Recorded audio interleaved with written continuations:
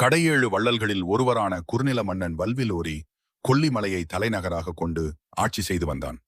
வில்வித்தையில் வீரனான வல்விலோரி சிறந்த சிவபக்தன்.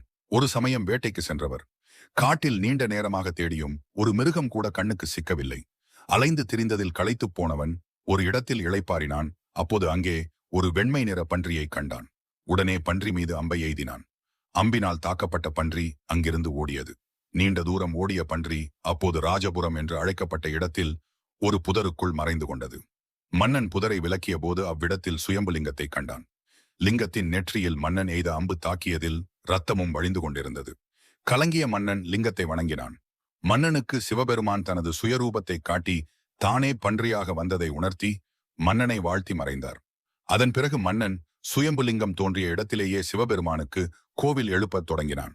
இந்த கோயில் நாமக்கல் மாவட்டம் ராசிபுரத்தில் உள்ள அருள்மிகு தர்ம சம்வர்த்தினி உடனுரை அருள்மிகு கைலாசநாதர் திருக்கோயிலாகும். சுயம்புவான கைலாசநாதர் லிங்கத் திருமேனியில் இன்றும் அம்புபட்டதில் உண்டான தழும்பினை காணலாம். கொடிமரத்தில் பன்றியும் மன்னனை குறிக்கும் வகையில் வாளும் கேடயமும் பொறிக்கப்பட்டுள்ளது. பிரகாரத்தில் உள்ள வன்னி மரத்தின் அடியில் வல்வில் ஒரி வில் அம்பு மற்றும் இடுப்பில் கத்தியுடன் நின்ற கோலத்தில் வணங்கியபடி காட்சி தருகிறார்.